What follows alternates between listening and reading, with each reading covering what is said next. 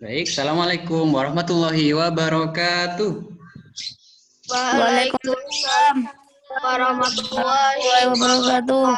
Ya, bagaimana kabarnya anak-anak hari ini? Sehat semua? Baik, Baik, sehat. alhamdulillah. Sudah sholat duha? Sehat. Sudah sarapan? Sudah. Yang belum sholat duha, nanti langsung sholat duha. Yang belum sarapan juga jangan lupa sarapan. Jangan sampai telat makan supaya tidak sakit. Ya, baik anak-anak, hari ini kita akan belajar di subtema 1. Kemarin sudah disimak ya video dan materi yang sudah diberikan sama Pak Guru? Sudah belum? Sudah. Ya, bagus. Sebelum itu, sebelum kita lanjutkan, mari kita berdoa bersama-sama. Isti'dadan. Ad-du'a'u qabla ta'allum. Bismillahirrahmanirrahim. Raditu billahi rabba wa bil islami dina wa bi Muhammadin nabiyyan wa rasula. Rabbi zidni ilma warzuqni fahma bishrah li sadri wa yassir li amri wahlul 'uqdatam min lisani yafqahu qawli. Amin ya rabbal alamin. Ya, baik anak-anak, hari ini kita akan mengulang materi yang kemarin dan melanjutkan untuk materi berikutnya. Nah, disimak ya penjelasan Pak Guru. Nah, kelihatan? Bentar, Pak. Kelihatan. Ya, Kelihatan. sambil disimak ya. Nah, di subtema 1 kita belajar tentang aku dan cita-citaku. Nah, di situ ada beberapa muatan, ada bahasa Indonesia, ada IPA, PPKN, IPS, dan SBDP. Nah, pertama kita bahas tentang PPKN dulu.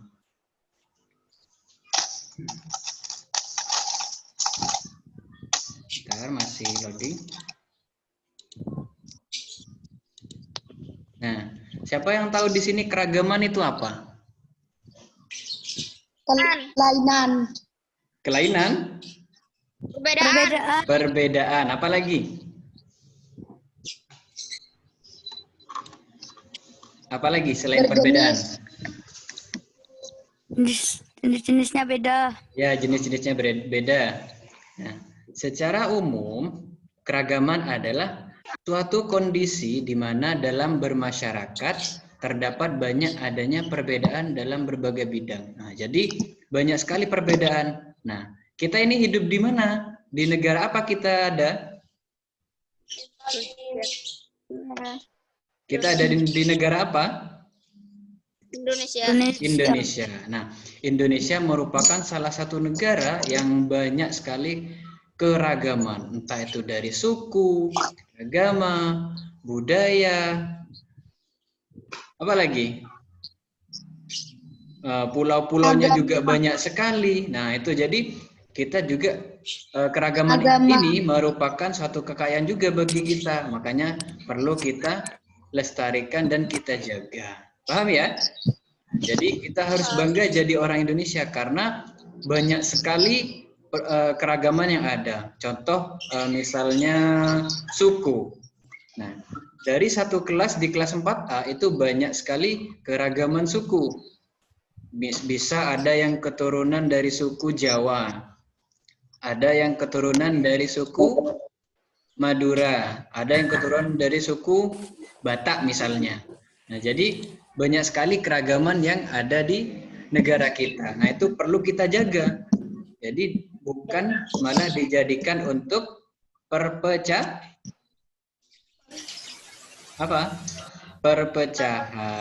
Ya, makanya sampai di Pancasila itu ada sila ketiga yang namanya yang bunyinya Persatuan Indonesia. Jadi meskipun kita berbeda tempat tinggal, berbeda suku, itu kita tetap harus saling menghargai.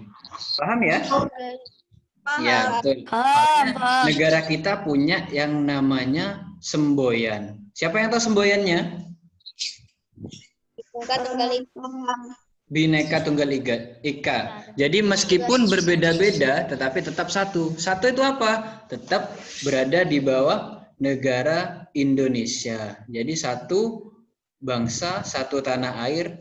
Itu. Paham ya? Makanya kita harus bangga jadi warga negara Indonesia.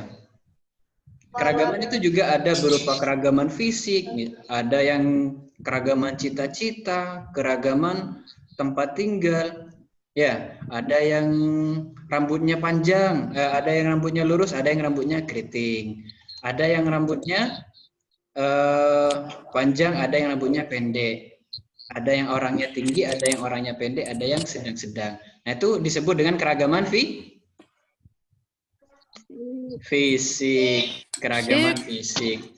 Ada keragaman tempat tinggal, ada yang tinggal di kota, ada yang tinggal di desa, ada yang tinggal di pegunungan, itu.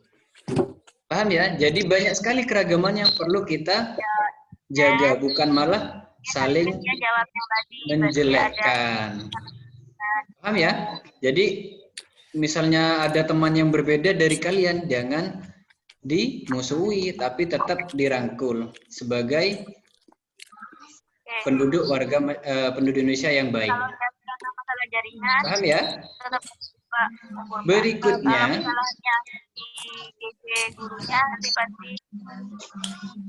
Berikutnya kita akan belajar tentang bahasa Indonesia.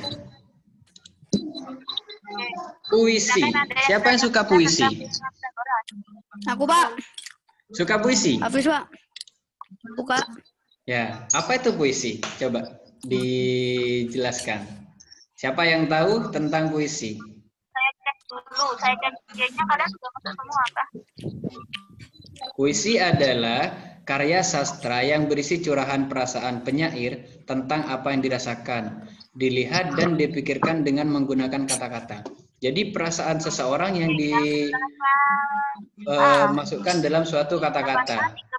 Entah itu perasaan suka, sedih, dan gembira misalnya. Jadi dimasukkan dalam suatu karya yang tertulis dalam sebuah kata-kata. Paham ya?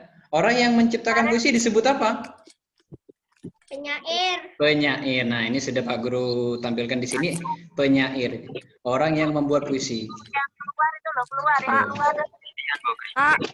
Ya.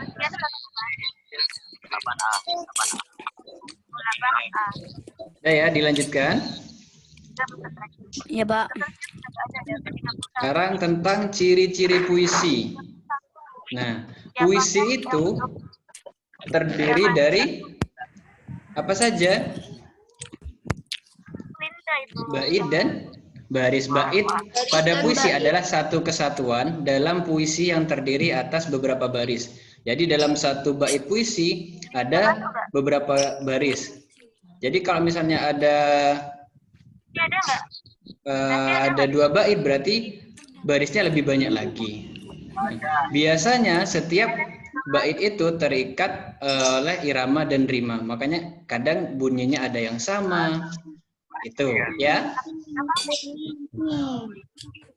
Nah, di sini ada perbedaannya. Baris dan bait. Ada contohnya di sini. Ya.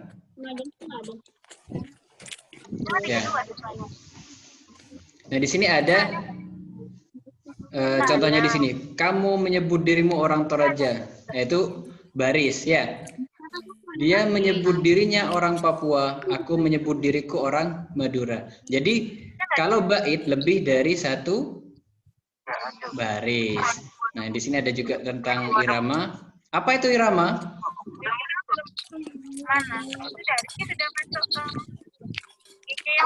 Keselarasan bunyi oleh pergantian tekanan kata. Nah, itu. Jadi puisi itu merupakan suatu karya sastra yang perlu dipelajari oleh kita supaya apa? Kita juga memahami tentang puisi itu apa. Paham ya? Paham. Ya. Ini di sini kita mengulang, hanya sekedar mengulang karena kemarin sudah dijelaskan oleh Bu In ya untuk yang puisi. Sebentar. Bentar ya.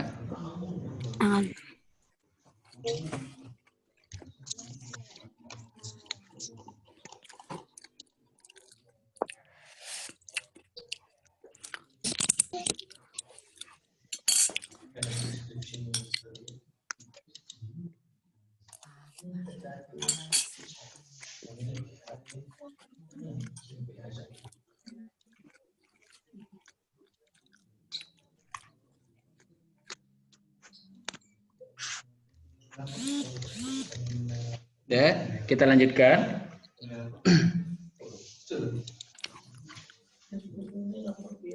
Ya, selamat datang untuk yang baru bergabung, Mas Ataya, Mas Elang, ada Mas Noval Zaki. Nah, sambil diikuti ya. Nah, kita lanjutkan. Nah, kita lanjutkan. Sekarang kita lanjutkan pada mata muatan IPA. Siklus hidup. Ya. Siklus hidup. Nah, siklus hidup itu apa? Suatu rangkaian perubahan yang terjadi pada makhluk hidup, baik itu berubah bentuk ataupun baik itu bertumbuh ataupun berkembang. Ya, sekarang Pak Mister tampilkan tentang perbedaan antara pertumbuhan dan perkembangan. Ya, apa bedanya Pak untuk pertumbuhan dan perkembangan? Nah, kita pelajari bersama.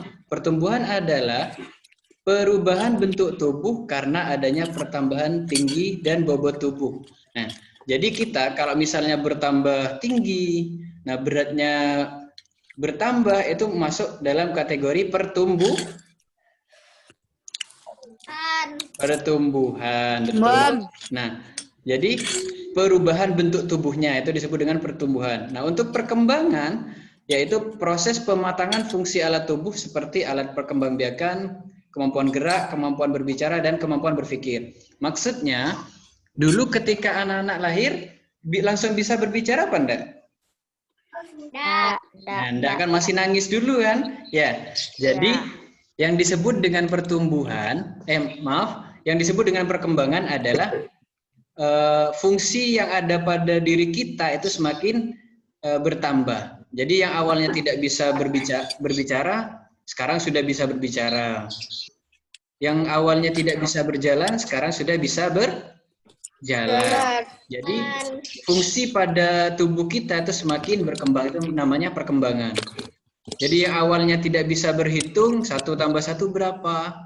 Nah, sekarang sudah bisa berhitung. Nah, itu perbedaan antara pertumbuhan dan perkembangan. Bisa dipahami ya? Jadi kalau tumbuh itu dari badan kita itu ada perubahan, sedangkan untuk perkembangan itu fungsi dari diri kita tuh berkembang. Paham ya? Nah, ini kita baca bersama. Tahapan pertumbuhan dan perkembangan hewan membentuk sebuah siklus hidup atau daur hidup. Hewan yang mengalami perubahan bentuk dan siklus hidup berarti mengalami metamorfosis. Sedangkan hewan yang tidak mengalami perubahan bentuk dalam siklus hidupnya berarti tidak mengalami metamorfosis. Nah, kemarin sudah diberikan video tentang metamorfosis. Masih ingat metamorfosis itu apa? Apa metamorfosis? Coba yang masih ingat. Pembuatan Ya, terus apa lagi? Ada yang bisa? Coba Mas Vio mungkin mau jawab. Apa itu metamorfosis?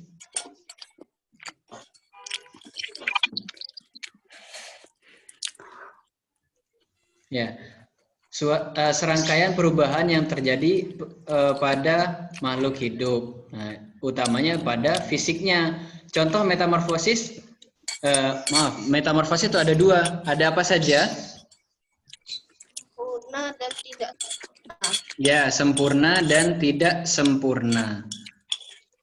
Nah, metamorfosis sempurna berarti tahapannya ada telur, ada misalnya kita ambil dari kupu-kupu, ada telur, ada ulat, ada kepompong dan kupu-kupu. Jadi mengalami 4 tahapan. Sedangkan untuk yang tidak sempurna ada telur, ada larva 1, ada larva 2 sampai dengan menjadi hewan dewasa atau imago. Paham ya? Nah, ntar lagi akan disajikan contohnya.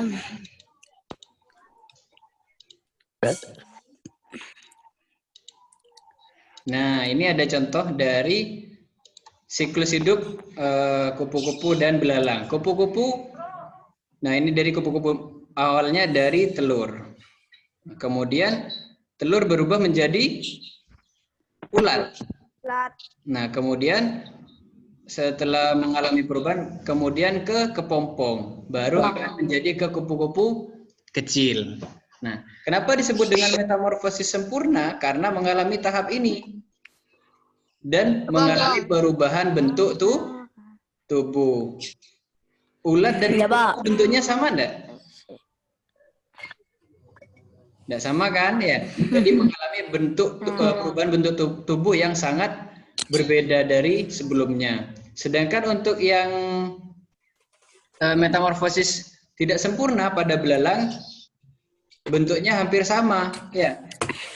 Mulai dari dari belalang dewasa bertelur. Nah, telurnya kemudian menjadi larva.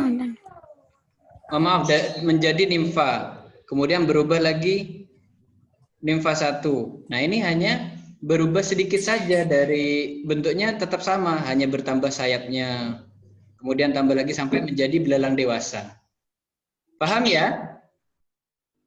Jadi ingat-ingat ada 2 bentuk metamorfosis. Ada metamorfosis sempurna dan tidak sempurna.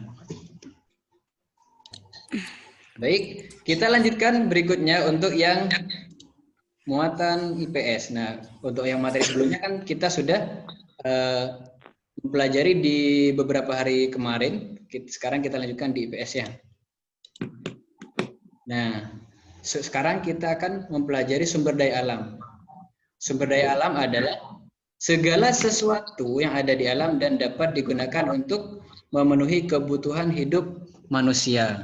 Nah, ini sudah pernah kita bahas di semester 1 kemarin.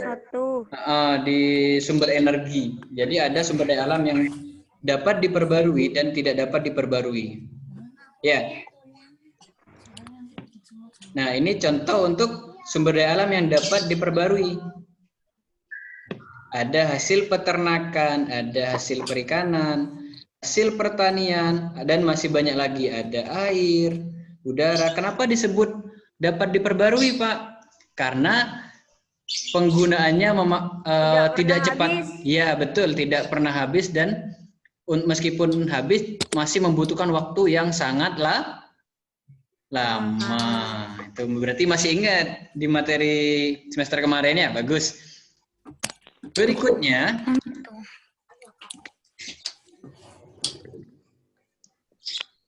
nah, sumber daya alam yang tidak dapat diperbarui jika digunakan ya, contohnya minyak bumi, emas, batu bara, dan masih banyak lagi. Nah, karena penggunaannya yang cepat habis, makanya disebut dengan tidak dapat diperbarui. Kalau misalnya kita gunakan terus-menerus, itu akan habis nanti. Jadi yang awalnya kita naik mobil pakai bahan bakar premium misalnya, kalau kita terus gunakan, bisa jadi nanti mobilnya tidak ada bahan bakarnya ya. Makanya kita perlu menghemat sumber daya alam. Bagus. Nah, ini untuk contohnya. Ini salah satu contoh dari sumber daya alam yang tidak dapat diperbarui. Karena semakin banyak digunakan, akan semakin cepat untuk habis. Ada batu bara, ada emas, ada perak. Contoh penggunaan yang berlebihan atau yang banyak diambil emasnya di mana? Tambang. Ya, di mana contohnya yang banyak diambil tambang emasnya? Sinja mungkin tahu di mana yang ada? Papua, ya. Ada PT Freeport namanya. Jadi di sana sumber daya alam emasnya tuh sudah diambil sudah bertahun-tahun sampai lahannya sudah sampai kayak obat nyamuk ya, keliling ke bawah, dikeruk ke dalam. Makanya kita Nanti habis harus sama lama belajar. itu, Pak. Iya, makanya lama-lama habis.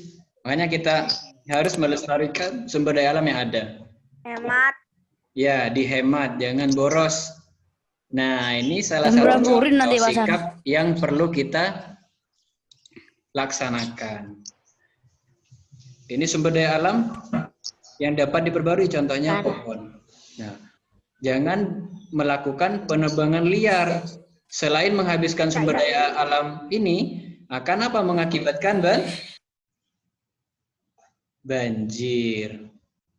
Nah, solusinya gimana supaya tetap ada sumber daya alam tumbuhan ini? Melakukan reboisasi. Nah, karena itu berarti kita menjaga alam yang ada di sekitar kita. Berikutnya contoh. Nah, kita sering keluar dari rumah berkendara meskipun jarak dekat. Makanya untuk menghemat sumber daya alam yang tidak dapat diperbarui, khususnya premium atau bahan bakar, jika rumah kita dekat, jika tujuan kita dekat, maka kita apa? Bisa menggunakan sepeda ontel, bisa jalan kaki, itu. Jadi menghemat bahan bakar minyak atau BBM.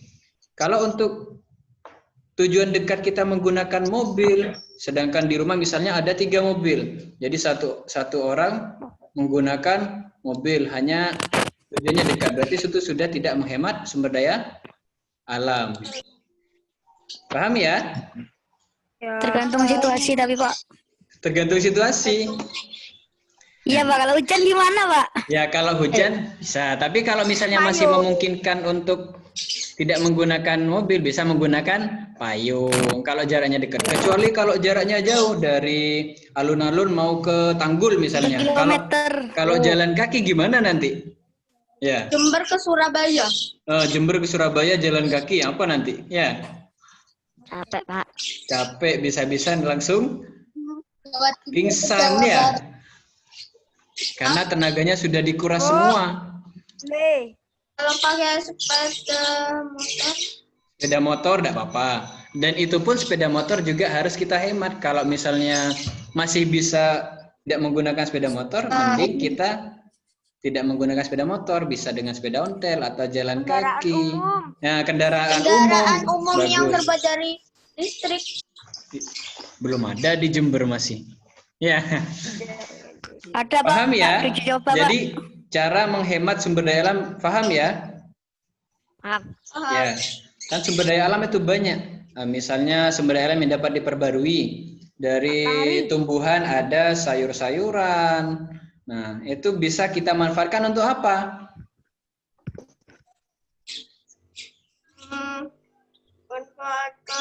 Ya, untuk makanan, untuk lauk pauk kita ketika makan. Kalau ayam, kita bisa manfaatkan untuk apa? Bisa diambil dagingnya, bisa diambil telurnya untuk kita konsumsi. Jadi sumber daya alam yang ada itu bisa kita gunakan dengan sebaik mungkin. Bisa ya? Bisa. Bagus. Berikutnya tentang panjang pendek nada, ya. Nah, tempo. Nggak ngerti. Mungkin di sini ada yang suka menyanyi. Nah, menyanyi itu ya, tidak Pak. asal menyanyi ya. Ada tempo, ada tangga nada yang perlu dipelajari. Jadi kalau temponya cepat, jangan dinyanyikan dengan lagu lambat. Ya, karena nanti ketika kita dengarkan tidak akan enak. Misalnya lagu Hari Merdeka 17 Agustus tahun 45. Itu kan dinyanyikan dengan lagu yang semangat, tapi ketika dinyanyikan dengan nada lambat, nah seperti ini Largo 17 Agustus tahun 45. Enak enggak didengar?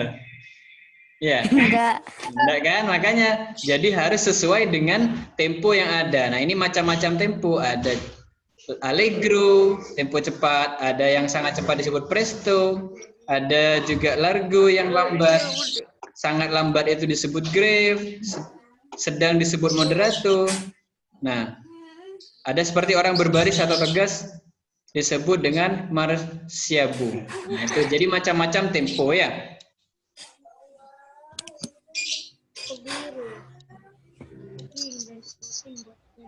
Nah, berikutnya tempo lagu yang sesuai menentukan keindahan lagu tersebut. Selain itu, keindahan lagu juga ditentukan oleh ketepatan kita menyanyikan lagu sesuai dengan nadanya. Makanya Pak Miftah tadi sampaikan, kalau menyanyi tidak sesuai temponya, maka tidak akan bagus ketika kita dengarkan. Tidak akan merdu.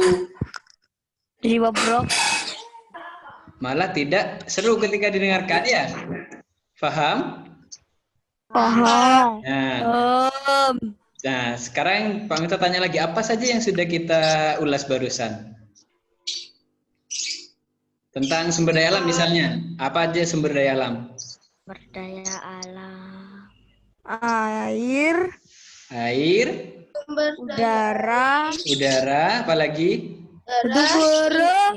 emas, Ya, emas, terus perak, bara, dan sebagainya. Nah, itu Minyak bumi dibagi dan menjadi sebagainya. dua sumber daya alam. Ada sumber daya alam yang dapat diperbarui dan tidak dapat tidak diperbarui. Itu. Paham ya? Tuh. Nah, coba sekarang nyanyi bersama, coba. Nyanyi lagu dari Sabang sampai Merauke yang gitu. Bisa? Gak bisa. Bisa. Bisa, Pak. Gak hafal. Udah hafal? Oh, ya dah, nanti belajar di rumah lain kali ketika Zoom bisa nyanyi bersama ya. Ya. Ya. Untuk tugas hari ini bisa kalian lihat di video yang ada di Google Sheet yang sudah dikirim Pak Miftah. Tugasnya ada di situ. Apa? Menentukan tentang keragaman dan apa? Menentukan ya macam-macam sumber daya alam itu nanti bisa hasilnya dikirim ke Pak Miftah ya. Ya. Sudah, Nah, Pak. itu saja yang bisa di. Sudah, Pak. Sampai jam berapa? Sampai jam berapa? Seperti kesepakatan awal untuk tugas dikumpulkan di hari yang sama. Kalau misalnya dikumpulkan jam 2 malam, Pak, boleh Pak Miftah tetap buka paginya. Ya. Tetap dibuka paginya. Kalau misalnya mengumpulkan besok, Pak. Nah, karena sudah lewat dengan waktunya nanti ada pengurangan nilai sedikit, ya. Makanya kalau pengen nilainya utuh harus sesuai dengan kesepakatan di awal. Bisa ya? Nilainya. Nah, jadi kalau ada tugas langsung dikerjakan supaya tidak menumpuk. Bagus. Paham ya? Nah, itu saja yang bisa dipelajari hari ini. Sebelum kita akhiri, mari kita berdoa bersama-sama. Isti'dadan. Ad-du'a'u ba'da ta'allum. Bismillahirrahmanirrahim. Subhanakallahumma bihamdik. Asyhadu an la ilaha illa anta. Astaghfiruka wa atubu ilaik. Walhamdulillahi rabbil alamin. Assalamualaikum warahmatullahi wabarakatuh. Nah, jangan lupa tetap budayakan 3M. Mencuci tangan, memakai masker, dan menjaga jarak. Bagus. Ya. Dadah. Assalamualaikum. Waalaikumsalam.